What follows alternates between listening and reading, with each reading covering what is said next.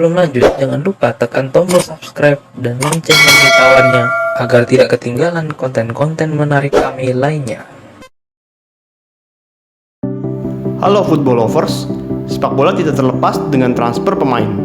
Hal rutin yang selalu ada dalam dunia sepak bola untuk mendongkrak kualitas skuad atau mendapatkan keuntungan dari sisi finansial. Kali ini kami akan membahas perkembangan transfer sepak bola dari masa ke masa. Tahun 1885, Federasi Sepak Bola Inggris (FA) membuat regulasi untuk setiap klub yang berkompetisi harus mendaftarkan pemainnya terlebih dahulu. Sebelumnya, para pemain bebas membela klub yang ingin dibelanya.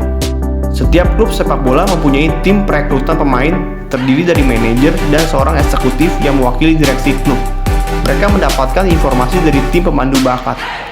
Apabila sudah memiliki pemain yang diincar, akan dilakukan negosiasi antara klub pemilik pemain dengan klub peminat untuk menentukan transfer fee dan klausul-klausul khusus. Setelah negosiasi antar klub berhasil, akan dilakukan negosiasi kembali antara klub baru dengan pemain yang meliputi gaji, bonus, dan berbagai insentif pribadi. Proses selanjutnya adalah tes medis untuk melihat kondisi pemain yang sesuai dengan ekspektasi klub pembeli. Proses terakhir adalah melakukan penandatanganan kontrak dan melakukan pengenalan secara resmi pada konversi pers. Peraturan transfer sepak bola berkembang sesuai dengan situasi yang dianggap ideal dan adil.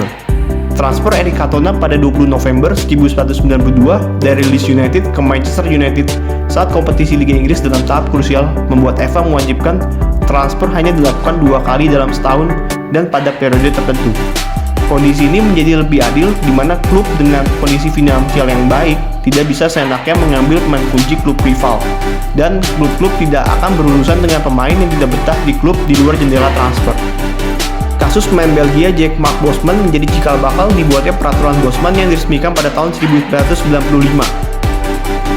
Kejadian ini berawal pada tahun 1990, di mana kontrak Bosman yang hanya tersisa 6 bulan dan gagal merencanakan kepindahannya saat kontraknya habis.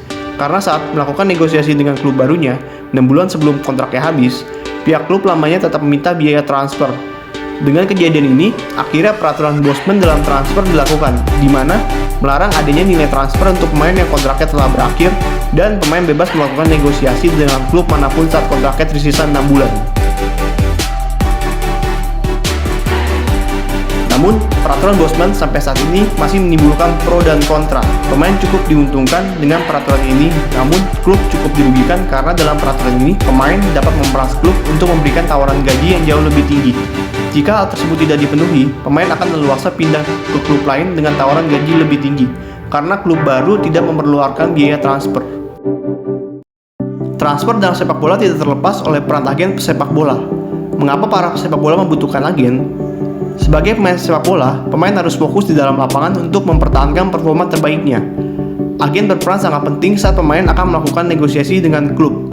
Agen bertugas untuk mengamankan kesepakatan terbaik dalam isu keuangan, jumlah gaji, durasi kontrak, status main, dan berbagai macam bonus.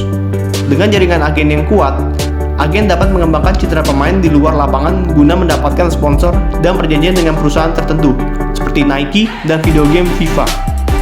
Itulah perkembangan transfer sepak bola dari masa ke masa dan fungsi agen dalam sepak bola.